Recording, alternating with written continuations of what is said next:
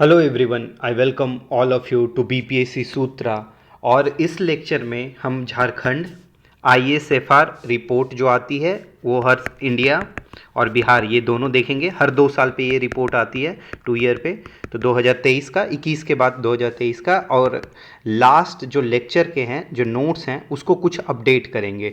ठीक है, तो इस लेक्चर में यही सारा काम होगा। आप सोच रहे हो कि झारखंड कैसे, तो आपको दिखाता हूँ कि 67, 68, 69 और 70 कैसे सब में एक न एक क्वेश्चन झारखंड से रिलेटेड था। और झारखंड में भी क्या, दो ही चीज़ पे सिर्फ आता है, या तो आता है कोल पे, मतलब कोल या मिनरल आप कह लो, काइंड ऑफ, और दूसरा जो आपका आता है एक रिवर पे आता है। रिवर में भी एक सिर्फ स्पेसिफिक रिवर है, उसी पे मोस्टली क्वेश्चन रहता है। तो चलिए देखते हैं, पहले क्वेश्चन को देखते हैं, उसको तोड़ते चलते हैं।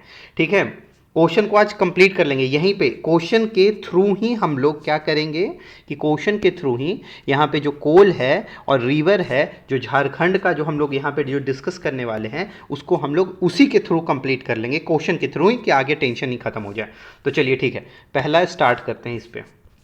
क्वेश्चन ये देखिए, 70th बीपीएससी के री एग्जाम में आया हुआ क्वेश्चन है, जिसको बीपीएससी को डिलीट करना पड़ा। ये क्वेश्चन क्या था कि ट्रॉपिक ऑफ कैंसर को ट्वाइस, कौन सा रिवर का जो पेयर है जो कट करता है ट्रॉपिक ऑफ कैंसर को ट्वाइस ओवर छोटा नागपुर प्लेटू। तो ऐसा कोई रिवर नहीं है, इसमें से सारा रिवर का आंसर गलत दिया हुआ है, ऐसा कोई रिवर नहीं है। हाँ, इसमें से सिर्फ एक रिवर है जो है स्वर्ण रेखा। आप ये देखोगे ना, ये रिवर पे फिर से क्वेश्चन आया है। आप कब आया है वो हम लोग देखेंगे नीचे में, कि शायद 68 में था, फिर से स्वर्ण रेखा पे क्वेश्चन है। तो ये जो रिवर है ना, single time, one time cut करता है ट्रॉपिक ऑफ कैंसर को, वन टाइम सिर्फ कट करता है।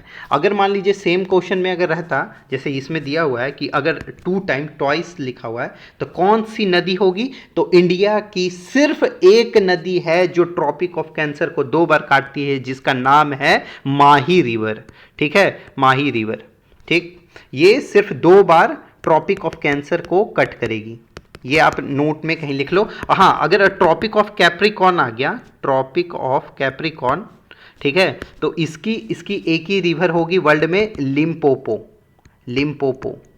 ठीक है, लिम्पोपो रिवर, इसको आप अपडेट कर लो।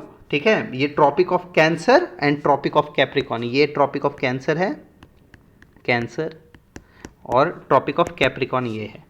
तो चलिए ठीक है।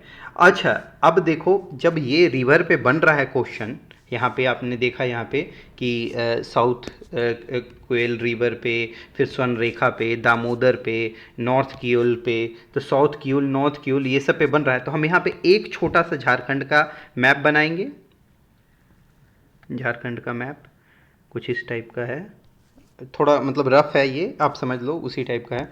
तो इसमें ना अब हम लोग देखेंगे, सिर्फ 3 रिवर को देखेंगे।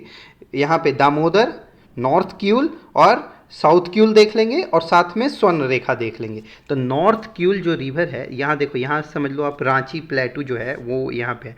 यहाँ से इधर निकलेगी धनबाद होते हुए दामोदर रिवर चली जाएगी, दामोदर, और यहाँ से नीचे ऐसे जाएगी, ये हो जाएगी स्वर्ण रेखा, स्वर्ण रेखा रिवर। और यहाँ से जो ऊपर जो जाती है ना, वो नॉर्थ क्यूल, एनके से डिनोट कर रहा हूँ, नॉर्थ क्यूल। ठीक है, तो ये जो रिवर है, यही रिवर पे क्वेश्चन बना है। तो इसमें कोई रिवर नहीं होगा। जो क्वेश्चन आंसर था कि ट्वाइस जो कट करता है, तो ये गलत है सारा। ठीक है, उसके बाद देखो नेक्स्ट क्वेश्चन क्या आया है। नेक्स्ट क्वेश्चन क्या है, अच्छा देखो, ट्रॉपिक ऑफ कैंसर, यहीं पे देखो, ये 70th बीपीएससी का री एग्जाम में एक ट्रॉपिक ऑफ कैंसर पे आया है क्वेश्चन, कि Tropic of Cancer is passes through which state. इसमें से इसको भी डिलीट करना पड़ा था, क्योंकि वो 8 स्टेट से पास करती है, और इसमें कोई स्टेट नहीं है, क्योंकि ये पुराना पहले का है। तो उसमें बिहार झारखंड एक था, तो झारखंड से पास करती है। तो इसका एक ट्रिक था, मेरे फ्रेंड ने मुझे सिखाया था, तो मैं आपको सिखा देता हूँ। वो अगर याद रहेगा तो आपको, मतलब कभी ये 8 स्टेट जो हमने जो ये लिखा है, 8 स्टेट, इसको आपको याद करने में कभी दिक्कत नहीं होगा। इसका ट्रिक क्या है, मित्र पे पर गमछा झाड़, गमछा झाड़। देखो, यहाँ से स्टार्ट करेंगे, मित्र से, एम से स्टार्ट करते हैं। तो मित्र से मिजोरम, हिंदी में देखो आप, मी से मिजोरम, मिजोरम, मिजोरम, ती से त्रिपुरा। आप साथ में लिखते चलो कि कभी नहीं इस चीज़ को फिर आप भूलोगे। पी से यहाँ से पश्चिम बंगाल, मतलब ये प से होता है ना पश्चिम बंगाल, तो उसको वेस्ट बंगाल भी कहते हैं। आर से हो गया राजस्थान, राजस्थान। जी से मतलब गमछा, मतलब जी हो गया तो गुजरात, गुजरात। एम से एमपी, सी से छत्तीसगढ़, छा से छत्तीसगढ़, जे से झारखंड, झारखंड। तो आप 8 राज्य जो है वो आप कभी अब नहीं भूलोगे, मतलब मित्र पर गमछा झाड़िए तो नॉर्मल अब सबको याद रहता है, और इससे आप एलिमिनेट करके आराम से आंसर पे पहुंच जाओगे। ठीक है, तो चलिए नेक्स्ट देखते हैं क्वेश्चन क्या है इसमें। नेक्स्ट क्वेश्चन क्या आया है, ये क्वेश्चन था ना जो लास्ट वाला जो हमने देखा, मित्र पे गमछा, ट्रॉपिक ऑफ कैंसर, ये भी देखो झारखंड से ही कहीं ना कहीं रिलेट कर रहा है ये क्वेश्चन। ठीक है, उसके बाद देखो, in which of the following state of India has major reserve of coal. देख रहे हो यहाँ पे कोल का बात कर रहा है कि मेजर रिजर्व, तो इसका आंसर जो बीपीएससी ने दिया है वो ऑल ऑफ द एबव है। और वो क्यों दिया है, यहां देखो मेजर कोल रिजर्व का बात कर रहा है, ना कि हाईएस्ट कोल रिजर्व। अगर हाईएस्ट पूछता तब यहां पे झारखंड हो जाता नंबर 1 पे, दूसरा जो हाईएस्ट है वो सेकंड नंबर पे हो गया आपका उड़ीसा, और थर्ड नंबर पे हो जाता है छत्तीसगढ़। ये झारखंड में ना अराउंड अप्रॉक्स, मतलब लिख लो 26% के अराउंड कोल का रिजर्व है। ठीक है, अगर आयरन का यही बात करता, आयरन का बात करता तब उड़ीसा हो जाता। पता है आयरन सबसे ज्यादा जो आयरन का रिजर्व है वो है उड़ीसा में, लेकिन अगर कोल का बात कर रहा है तो कोल जो होगा वो हाईएस्ट कहां होगा, वो होगा झारखंड में कोल का रिजर्व। लेकिन यहां पे पूछा मेजर, तो मेजर तीनों कंट्रीब्यूटर, जैसे छत्तीसगढ़ है, यहां पे मैं लिख देता हूं उड़ीसा का, उड़ीसा है 25% के अराउंड, और छत्तीसगढ़ जो आपका है वो है 18% के अराउंड। तो ये सारा नंबर था। ठीक है, उसको नेक्स्ट देखते हैं कि which state of India is called as the state of mineral. Mineral के रूप से किसको जाना जाता है, तो इसका बीपीएससी ने आंसर दिया है उड़ीसा। बहुत बार आप देखोगे तो झारखंड भी दिया है, पर मेरे हिसाब से उड़ीसा बीपीएससी ने क्यों दिया है, क्योंकि 2022 और 23 के हिसाब से जो प्रोडक्शन में है, यहां पे कहीं रिजर्व का बात नहीं किया, प्रोडक्शन का में जो है उस सबसे हाईएस्ट था उड़ीसा का ही, उड़ीसा का ही। तो उस हिसाब से दिया होगा, मेरे हिसाब से ऐसा लगता है, क्योंकि बीपीएससी का ऑफिशियल आंसर तो उड़ीसा ही है। ठीक है, झारखंड नहीं है, तो दोनों आसपास में। चलिए नेक्स्ट क्वेश्चन पे देखते हैं।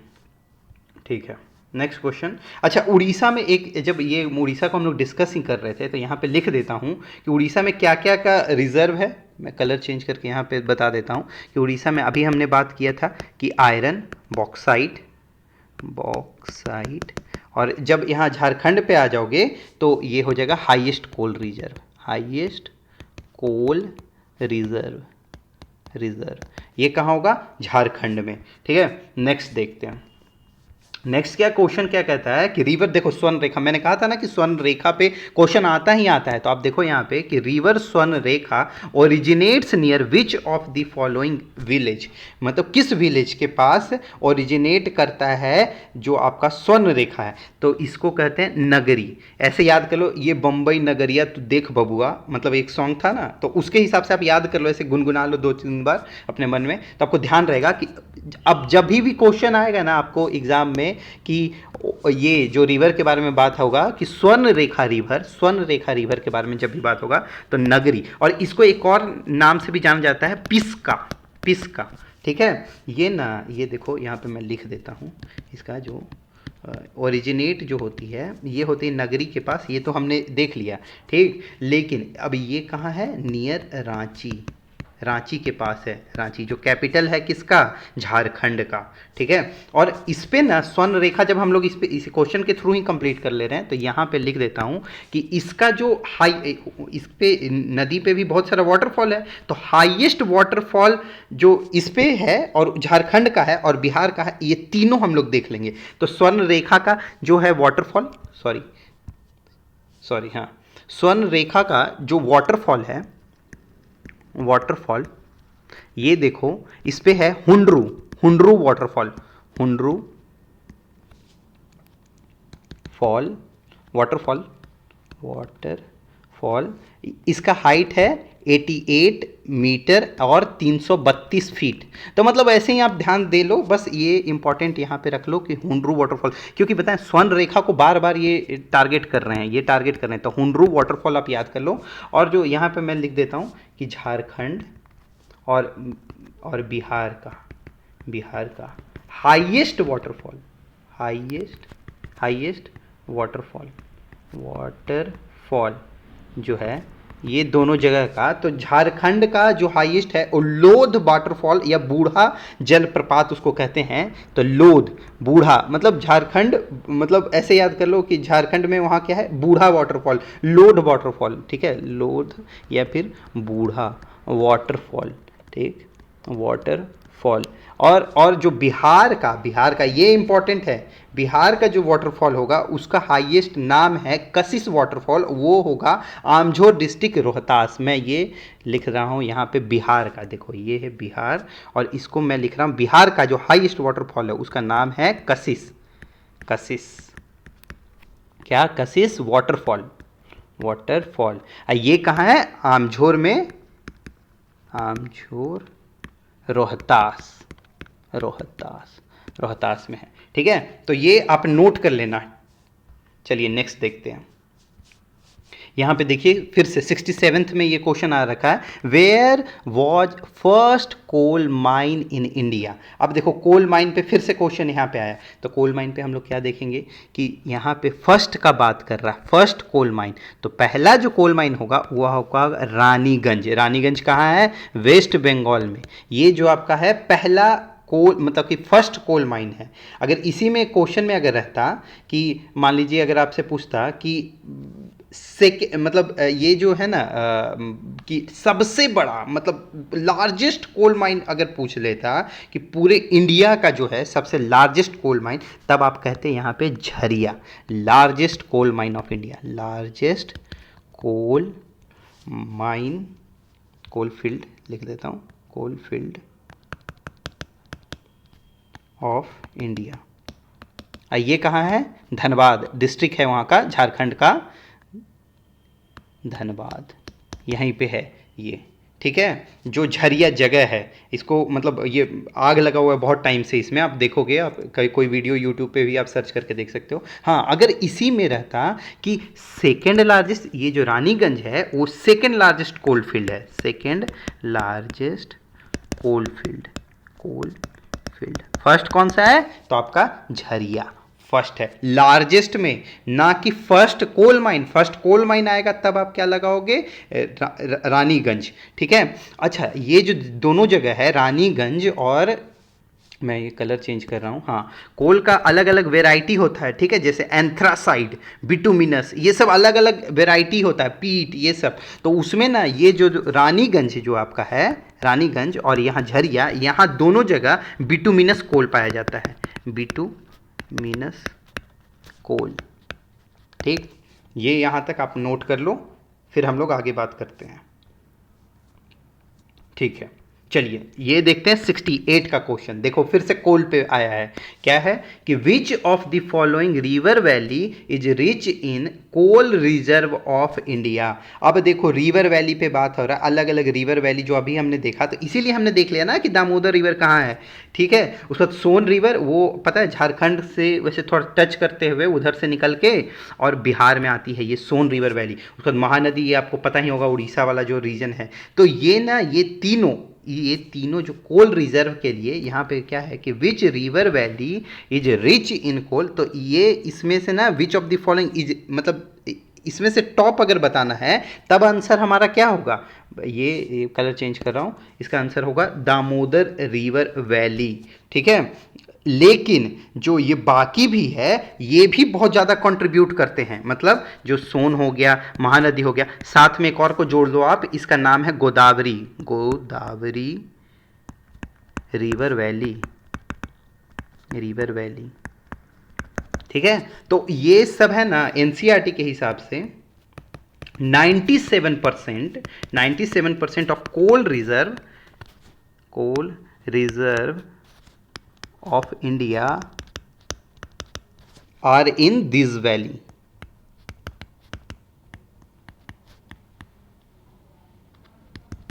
ठीक है। तो ये समझ जाओ कि आप इतना ये है।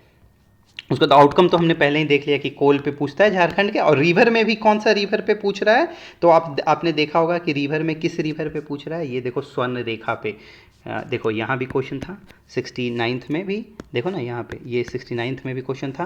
उसके बाद रिवर में यहाँ पे भी ऊपर में अभी भी जो क्वेश्चन आया था, ये जो 70th में भी आया था, तो यहाँ पे भी मतलब स्वर्ण रेखा को रिलेट कर रहा है, इसलिए हमने रिवर में भी देख लिया। जो ट्रॉपिक ऑफ कैंसर है उसके कोई क्वेश्चन को देख लिया, आगे भी देख लिया। अब देखो ये लास्ट लेक्चर में हमने देखा था कि मैंने बोला था ना आपको कि एक क्वेश्चन आया है कि ओल्डेस्ट चर्च ऑफ बिहार, ये जो क्वेश्चन आया था तो इसका मैंने बोला था आंसर पादरी की हवेली। तो ये वहाँ पे क्वेश्चन डाल नहीं पाया था, इसलिए यहाँ पे डाल दिया हूँ कि पादरी की हवेली। और ये कब बना है? 1732 में बना है, 1732 में बना है पादरी की हवेली। बट अब देखो जब ओल्डेस्ट चर्च ऑफ बिहार पे क्वेश्चन आ सकता है तो ओल्डेस्ट टेम्पल ऑफ बिहार पे भी आ सकता है। और ये तो बिहार का नहीं, पूरे वर्ल्ड का ओल्डेस्ट टेम्पल है। अब सोच लो, मतलब कि ये world oldest temple, world oldest temple, ठीक है, जो कि शिव और शक्ति का है, प्रतीक है। शिव और शक्ति, यहाँ पे मैं लिख देता हूँ, शिव प्लस शक्ति का प्रतीक है, oldest temple of the world. और ये कहाँ होगा? तो ये है आपके कैमूर में, ठीक है। इसका नाम है, पहले नाम लिख देता हूँ फिर लिखता हूँ कैमूर, ठीक है। नाम है इसका माँ मुंडेश्वरी टेम्पल, माँ मुंडेश्वरी देवी टेम्पल। यहाँ पे है ना बलि दिया जाता है, लेकिन वो ब्लड वाली बलि नहीं होती है, वो रक्तहीन बलि होता है इसमें। आप इसका कोई अगर आप वीडियो देखोगे तो ये पहाड़ पे बना हुआ है, ठीक है। चलिए उस पे नहीं आते हैं। कैमूर में है, ये इंपॉर्टेंट है, आप इसको देख लो। नागर स्टाइल में बना हुआ है, ठीक है, नागर स्टाइल में ये टेम्पल बना हुआ है। हाँ, इसका अनदर नेम भी यहाँ पे मैं लिख देता हूँ कि माँ मुंडेश्वरी का अगर दूसरा नाम अगर वहाँ एग्जामिनर अगर चाहेगा थोड़ा सा ट्विस्ट करना तो वो लिख सकता है, तो उसको लिख देता हूँ इसका दुर्गा एंड, और क्या कह सकते हैं, महेश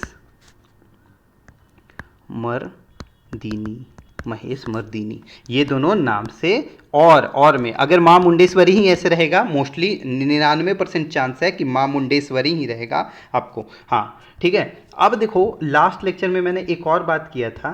अच्छा देखो, उससे पहले एक और चीज़ कंप्लीट करते हैं कि ओल्डेस्ट चर्च हमने देख लिया, यहाँ देखा ना हमने ओल्डेस्ट चर्च, ये देखो ओल्डेस्ट चर्च हमने देख लिया, ओल्डेस्ट टेम्पल की भी बात कर ली, तो ओल्डेस्ट मॉस्क भी देख लेते हैं साथ में ही। तो हाँ, यहाँ डाल देते हैं ओल्डेस्ट मॉस्क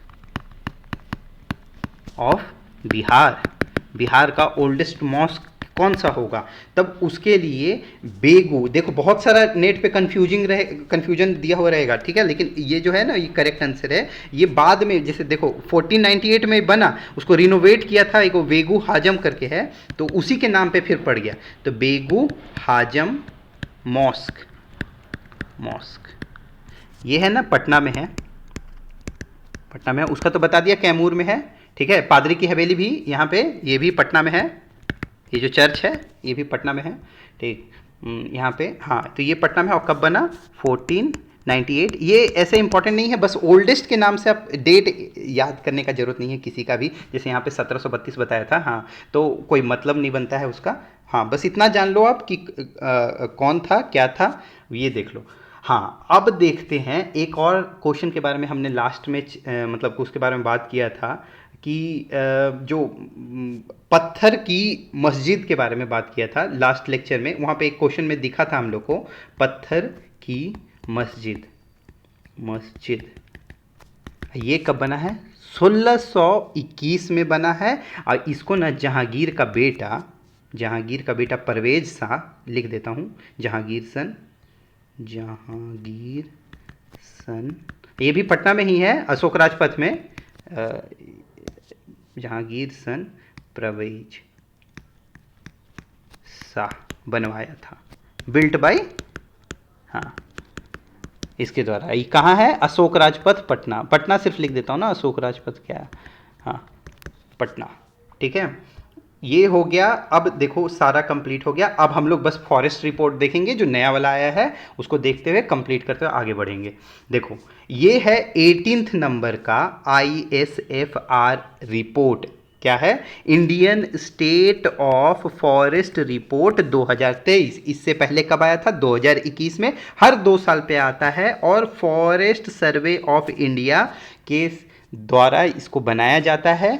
इसमें ना देखो यहाँ पे ministry of environment and forest and climate change के द्वारा इसको रिलीज किया जाता है। और कौन करेगा रिलीज? तो रिलीज करेगा मिनिस्टर। तो मिनिस्टर साहब का क्या नाम है? तो उनका लिख देते हैं, रिलीज्ड बाय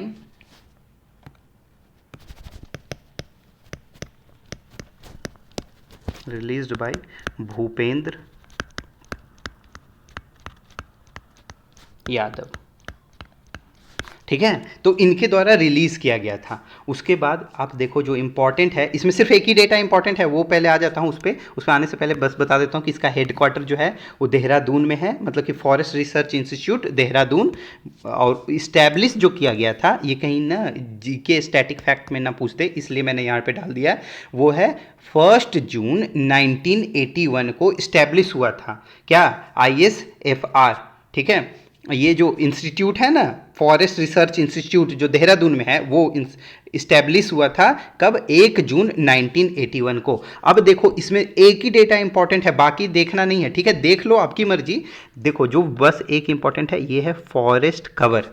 फॉरेस्ट कवर कितना है वो भी परसेंटेज में देखना है, ना कि पूरा इन किलोमीटर स्क्वायर में एरिया जो है यहाँ पे दिया हुआ है। ऐसे आप मर्जी आपकी, आप देखना चाहो तो देख सकते हो, बट वो इंपॉर्टेंट है नहीं। इंपॉर्टेंट है जो मैं आपको बता रहा हूँ, उस 21.76% प्रतिशत, 21.76%, ये आप याद कर लो कि फॉरेस्ट कवर। और जो ट्री कवर का जब बात होगा तो वहां पे 3.41% इसका आंसर होगा। तो अब ये दोनों को जब जोड़ दोगे, फॉरेस्ट और ट्री कवर, तो कितना निकल के आएगा? 25.17, मतलब 25.17%। तो याद क्या करना है? 21.76%, ये हमारा फॉरेस्ट कवर है। इसके अलावा अगर आपका मतलब मेमोरी अच्छा है, अगर आप करना चाहते हो तो कर सकते हो कि 3.41 जो है वो है ट्री, ये पूछेगा नहीं। और जो टोटल है वो भी नहीं पूछेगा कि 25.17, वो नहीं पूछेगा। ऐसे मोटा मोटी याद कर लो कि 100% में एरिया में 25% फॉरेस्ट है, ऐसे याद कर लो आप मोटा मोटी। ठीक है, लेकिन पूछेगा क्या कि 21.76% total forest cover of India खत्म, इतना ही आएगा इसमें। हाँ, अब एक और क्वेश्चन इसमें देख सकते हो कि वर्ल्ड में जो सबसे ज्यादा जो फॉरेस्ट है वो कहाँ है? रसिया। हम लोग सोचते हैं ना कि ब्राजील में होगा, वहीं पे है अमेजॉन फॉरेस्ट तो वहीं होगा, नहीं, रसिया में सबसे ज्यादा फॉरेस्ट है वर्ल्ड में, एरिया वाइज में। और इंडिया का नंबर 10वां पे आता है। वैसे कनाडा फिर USA अलग अलग हो गया नंबर वाइज, लेकिन इंडिया 10वां नंबर पे आता है वर्ल्ड में। नेक्स्ट देखते हैं कि फॉरेस्ट। अच्छा, आप एक बात बताओ, अगर स्टेटमेंट वाइज अगर क्वेश्चन आ जाता है BPSC में कि फॉरेस्ट कवर में इंक्लूड करते हैं क्या? फ्रूट के पेड़ को, कोकोनट को, ट्री को, रबड़ को, कॉफी प्लांट को, मतलब छोटा छोटा इसे प्लांट है ना, बैम्बू प्लांटेशन है, तो क्या इसको इंक्लूड किया जाता है? तो हाँ, कैनोपी, मतलब देखो फॉरेस्ट में जैसे एक पेड़ है तो इसके ऊपर का जो एरिया लगा रहता है ना, उसको कैनोपी कहते हैं, इसको कैनोपी कहा जाता है। ठीक है, लेकिन ये जो देख रहे हो ना आप, ट्री, कॉफी, बैम्बू, रबड़, ये सब भी, कोकोनट, ये सब फॉरेस्ट के अंदर कवर किया जाता है। अगर 1 हेक्टेयर एरिया में, मतलब जो एरिया है उसके अंदर अगर भरा हुआ है एरिया के हिसाब से, तो मतलब उसको फॉरेस्ट कहा जाएगा। ठीक है, नेक्स्ट देखते हैं। अब देखो ये इंपॉर्टेंट है नहीं, अगर ये स्टेटमेंट में पूछेगा तो बस ये जानकारी के लिए। अब आपको हमेशा के लिए याद हो गया कि अरे रबर को, ट्री को, ये सब को, मतलब कॉफ़ी के, बैम्बू को, प्लांट को, इसको भी फॉरेस्ट के अंदर जोड़ लिया जाता है। बस ये बताने के लिए बता रहा था। चलिए ठीक है, स्टेट पे आते हैं। स्टेट में अब देखो एरिया वाइज जो है वो फॉरेस्ट, जो एरिया वाइज जो फॉरेस्ट है स्टेट में, उस सबसे ज़्यादा एरिया वाइज, ये ध्यान देना यहाँ पे क्या कह रहा हूँ, एरिया वाइज ना कि परसेंटेज वाइज। तो एरिया वाइज में मध्य प्रदेश, जो कि लास्ट साल भी था। तो ऐसा तो नहीं ना होगा मध्य प्रदेश में कल था कुछ फॉरेस्ट का, आज कुछ और हो जाएगा, मतलब सारा रातों रात तो पूरा कटाई नहीं हो सकता, या फिर पूरा का पूरा प्लांटेशन कोई स्टेट में नहीं ना ज़्यादा कर देगा। तो ये याद करने के लिए 2021 में भी, 2023 में भी मध्य प्रदेश में भी है। उसके बाद क्या है आपका अरुणाचल प्रदेश। ठीक है, जब यहाँ पे परसेंटेज वाइज पे आएंगे तो परसेंटेज वाइज में यहाँ पे आप कर लो मिजोरम, यही है, और फिर उसके बाद अरुणाचल प्रदेश ही। ठीक है, परसेंटेज वाइज में। उसके बाद अगर, हाँ देखो ये तो स्टेट का था, अगर यूटी का पूछेगा तो यूटी का, तो एरिया वाइज पहले तो देखेंगे अंडमान एंड निकोबार, जो आइलैंड है ना यूटी, अंडमान एंड निकोबार, उसमें। और परसेंटेज वाइज में तो लक्षद्वीप,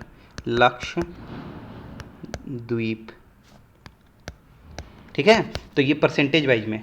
और अगर ओवरऑल कहा गया, अगर ओवरऑल कहेगा कि स्टेट और यूटी को मिला देंगे तो ऑब्वियस है, इसका आंसर तो बोलने का ज़रूरत है नहीं कि ऑब्वियस है कि मध्य प्रदेश ही होगा। लेकिन हाँ, अगर परसेंटेज वाइज में अगर बात आ जाएगा ना, तब वहाँ पे आप लक्षद्वीप लगाओगे कि अगर ओवरऑल अगर पूछ रहा है तो सबसे ज़्यादा कहाँ फॉरेस्ट होगा, तो लक्षद्वीप। लेकिन अगर यूटी स्पेसिफिक देखना, स्टेट स्पेसिफिक देखना, तब उसके हिसाब से लगाना एरिया परसेंटेज दोनों का। ठीक है, अब देखते हैं maximum increase in forest cover. Forest cover में कहाँ सबसे ज़्यादा इंक्रीज हुआ, तो ये है मिजोरम, त्रिपुरा के बगल वाला मिजोरम। हमने बाकी में भी देखा है मिजोरम को। ठीक है, तो मिजोरम, फिर गुजरात तो याद करने की जरूरत नहीं है, सिर्फ मिजोरम देख लो। अब मैक्सिमम डिक्रीज, जहाँ सबसे ज़्यादा पेड़ है वहीं सबसे ज़्यादा पेड़ कट गया, तो मैक्सिमम डिक्रीज कहाँ हो गया, मध्य प्रदेश। कहाँ है सबसे ज़्यादा पेड़, तो मध्य प्रदेश, और वहीं क्या हुआ, सबसे ज़्यादा पेड़ कटा है, तो maximum decrease in forest cover कहाँ होगा, मध्य प्रदेश। और सबसे ज़्यादा इंक्रीज तो मिजोरम। मैनग्रोव्स में सबसे ज़्यादा कहाँ होगा, वेस्ट बंगाल में मैनग्रोव्स होगा। अगर इंडिया का मैप अगर देखते हो तो यहाँ वेस्ट बंगाल है और यहाँ पे गुजरात है, तो बस यही दोनों को ले लो, गुजरात यहाँ पे लिख देता हूँ। यही जो है फॉरेस्ट कवर, मतलब मैनग्रोव कवर में सबसे ज़्यादा वेस्ट बंगाल, फिर गुजरात। ठीक है, नेक्स्ट देखते हैं बिहार का। अब देखो total forest cover of Bihar यहाँ पे देखा जा रहा है, तो ये डेटा आपकी मर्जी, चाहो तो याद करो, चाहो तो छोड़ दो। बट इसके नीचे जो मैं 8% लिख रहा हूँ ना, 8%, वो याद कर लो, स्टार मार्क कहीं डाल के लिख लो कि 8% टोटल फॉरेस्ट कवर जो है वो बिहार का। और ट्री कवर में अगर बात करते हैं तो ये एरिया कोई काम का नहीं, मतलब ये कोई मतलब नहीं। 2.52 ये आप जोड़ सकते हो, ये देख सकते हो, मैं बोल रहा हूँ कि 2.52% ट्री कवर देख सकते हो। तो अब देखो टोटल अगर पूछेगा हमसे, अगर कुछ पूछता है कि टोटल बताओ कि कितना है, तो हम क्या करेंगे कि 8% और साथ में 2.52, आई दोनों को जोड़ देंगे तो 10.52% ये हो गया टोटल। तो total forest and tree cover, forest plus में ट्री कवर, अगर ये दोनों को जोड़ देंगे तो 10.52%, मतलब 10.52%। उसके बाद अब आते हैं, ये इंपॉर्टेंट है, सबसे ज़्यादा इंपॉर्टेंट यही है अभी तक का पूरे लेक्चर में, कि हाईएस्ट यहाँ पे एरिया वाइज में और परसेंटेज वाइज में, तो और लोएस्ट यहाँ पे बताना। तो हाईएस्ट में मैंने लिखा कैमूर, एरिया में, परसेंटेज में भी कैमूर, लोएस्ट में शेखपुरा, और क्या होगा लोएस्ट में, परसेंटेज वाइज में भी शेखपुरा। यहाँ पे एक मैप बनाता हूँ बिहार का, ये देखो यहाँ पे कैमूर है, ये आपका हाईएस्ट है, यहाँ पे है शेखपुरा, मतलब यहाँ पे जहानाबाद इस सब के बगल में। आप देखोगे ना साउथ वाले में इसे भी ड्राउट आया हुआ रहता है, ड्राउट हमने पढ़ा था ना कि ड्राउट होता है साउथ में, और इधर ऊपर में फ्लड रहता है नॉर्थ वाले में। तो जो लेकिन सोचो ड्राउट है उसके बाद भी हाईएस्ट है, लेकिन यहाँ क्या है ना कि ओपन डेंस फॉरेस्ट है या फिर मॉडरेटली डेंस फॉरेस्ट है, और जो एकदम सबसे घना बना होगा ना वो आपको मिलेगा यहाँ पे, इधर मुंगेर में मिलेगा। उसके बारे में हम लोग बात करेंगे अभी, लेकिन सबसे पहले यहाँ पे देखना है क्या कि कैमूर, और हम लोग को यहाँ पे शेखपुरा हाईएस्ट लोएस्ट, खत्म। अब देखो इसके बाद अगर एग्जामिनर, देखो आजकल क्या होता है ना कि पैटर्न चेंज हो रहा है, तो उसमें ना सेकंड थर्ड नंबर भी पूछने लगा है, तो थोड़ा आगे बढ़ जाते हैं हम लोग, देख लेते हैं बाकी। वेस्ट चंपारण, ये तो आप लोग जानते होंगे, यहाँ पे है वेस्ट चंपारण, ये हो गया आपका सेकंड एरिया वाइज में मैं बार बार बोल रहा हूँ। अगर परसेंटेज होगा तो इधर हो गया जमुई, यहाँ पे जमुई में परसेंटेज वाइज में सेकंड, और थर्ड देख लेते हैं दोनों का, तो यहाँ हो जाएगा जमुई ऊपर आ जाएगा, मतलब कैमूर, वेस्ट चंपारण, जमुई, यहाँ पे हो गया कैमूर, जमुई और मुंगेर में डेंस फॉरेस्ट भी है अच्छा खासा। ठीक है, लेकिन उतना करने की जरूरत नहीं है। इसमें देखते हैं शेखपुरा लोएस्ट में, देखो शेखपुरा है बगल में, यहीं पे जहानाबाद के बगल में अरवल है, तो अरवल डाल दो, अरवल, और क्या है बक्सर, ये हो गया लोएस्ट एरिया वाइज, इधर हो गया बक्सर। ठीक है, तो एरिया वाइज में, उसके बाद परसेंटेज वाइज में तो शेखपुरा, बक्सर और फिर सिवान इधर है। ठीक, तो ये हो गया आपका पूरा कंप्लीट। इसका स्क्रीनशॉट ले लो, इसको याद कर लो, जो करना है करो, इससे क्वेश्चन आएगा एग्जाम में। ये आए चाहे वो 8% वाला आपको बताया, चाहे दोनों को जोड़ करके, जिसमें 2.52 हमने जोड़ा था ऊपर में, देखो ना यहाँ पे जोड़ा था, देखो तो 10.52 है ये, तो ये आ जाए, कुछ भी इसमें से हम लोग कर लेंगे। ठीक। अब देखते हैं जो हमने अभी बात किया था कि यहाँ नहीं बात कर रहे थे वेरी डेंस फॉरेस्ट, देखो ये आया है, इसका कोई काम नहीं है, आपको सब लोग बताएंगे याद करने के लिए, कर लो आपकी मर्जी, लेकिन कोई काम का है नहीं। आपको देखो यहाँ very dense forest, moderately dense forest और ओपन डेंस फॉरेस्ट, ये तीनों का एरिया लिखे हुए हैं। मतलब ये देख लो, आपको देखना है तो देख लो, मैं तो नहीं देखने वाला और मैंने बताने वाला हूँ। ठीक, टोटल बताने वाला हूँ कि 8% है, वो आप देख लो। ये एरिया भी टोटल मैं आपको बता रहा हूँ कि 7532.45 किलोमीटर स्क्वायर ये एरिया है। ठीक, उसके बाद यहाँ पे हम देखते हैं कि वेरी डेंस फॉरेस्ट कहाँ होगा, बस ये देख लेंगे। ठीक है, तो कहाँ होगा, तो ये होगा वेस्ट चंपारण में। वेरी डेंस फॉरेस्ट जो बहुत जो घना जो बन रहेगा ना, वो यहाँ रहेगा वेस्ट चंपारण में, जो बहुत घना बन रहेगा। और उसके बाद जो सेकंड नंबर पे हम देख रहे हैं कि मॉडरेटली डेंस फॉरेस्ट, यहाँ पे लिखा वेरी डेंस, उसका मॉडरेटली डेंस फॉरेस्ट, तो ये हो गया कैमूर, कैमूर। और उसके बाद ओपन फॉरेस्ट तो भी कैमूर, कैमूर यहाँ है आपका, दोनों हो गया। ठीक है, तो मैक्सिमम फॉरेस्ट फायर, तो जहाँ सबसे घना होगा वहीं ना सबसे ज़्यादा आग लगेगा। तो कहाँ सबसे ज़्यादा घना है आपके हिसाब से, आप बताओ। तो अभी हमने देखा कि वेस्ट चंपारण सबसे ज़्यादा घना है, तो सबसे ज़्यादा जो फॉरेस्ट फायर जो होगा वो भी कहाँ होगा, वेस्ट चंपारण में होगा। अब देखो ये डेटा मैंने निकाला है कि ISFR 2021 के हिसाब से जो इतना था एरिया हमारा, ISFR 2023 से इतना एरिया था, तो दोनों को घटा देंगे तो टोटल डिफरेंस निकल जाएगा। टोटल डिफरेंस जो कि निकल जाएगा 151.66 किलोमीटर स्क्वायर। तो ये एरिया आपका निकल गया। अब देखो इसके बाद अगर पूछ दिया, देखो ये पूछा नहीं है आज तक, लेकिन अगर पूछ दिया कि क्या होगा कि अगर ये दोनों का डिफरेंस निकाल दिए तो टोटल देख रहे हो इंक्रीज हो रहा, प्लस यहाँ पे लगा हुआ है, तो मतलब बढ़ गया है वन। तो कितना परसेंट बढ़ गया, तो देखो टोटल में से अब जो हम लोग डिफरेंस निकालेंगे तो किसी का परसेंटेज इंक्रीज का फॉर्मूला जानते होगे ना, कि टोटल इंक्रीज अपॉन लास्ट में जो था यहाँ पे देखो 2021 का जो ISFR 2021 का लेंगे डेटा इंटू 100 करेंगे, तो उसके हिसाब से ये करते हैं तो 2.05% आंसर आता है। ठीक है, अब आपको वीडियो कैसा लगा ये आप देख करके बताइएगा। वही मैं देखो एक, हाँ उससे पहले भी बता देता हूँ थोड़ा सा कि ये देखो जो बात कर रहा था ना आपसे, देखो कैमूर वाले रोहतास वाले रीजन में, लेकिन ये देख रहे हो कम डेंसिटी है और यहाँ पे ज़्यादा देखो घना है। घना कितना ज़्यादा है, ये वेस्ट चंपारण वाला इलाका है। देखो थोड़ा सा ना यहाँ पे मुंगेर ये वाला जो रीजन है यहाँ पे भी घना वन है, और बाकी देख रहे हो सघन वन, मतलब लाइट फॉरेस्ट है।